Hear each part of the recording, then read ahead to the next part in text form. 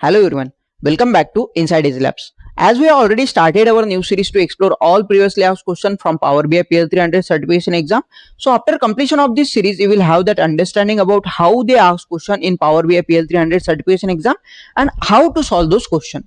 So let's continue with our next question. To solve this particular question, they have given you the scenario. In the scenario, you have Power BI report that contains clustered bar chart. On x-axis we have sales, on y-axis we have year, and sales data is from 2020 till 2024. Now you need to add visual calculation to perform cumulative totals of the sales.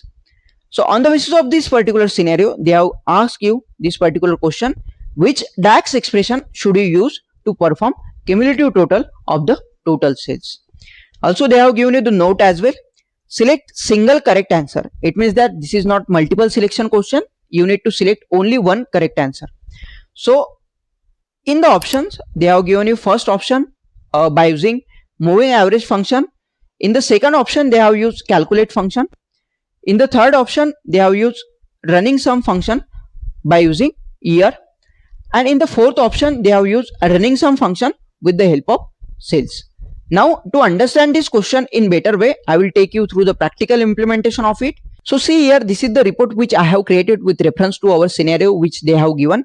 On x-axis we have sales, on y-axis we have year, and we have to perform visual calculation on this particular visual to get cumulative total sales in the visual. So first of all, I will select my visual, then I will click on this drop down arrow of the new visual calculation. In the new visual calculation, I am able to see this running sum. Running sum or cumulative sum is one and the same thing.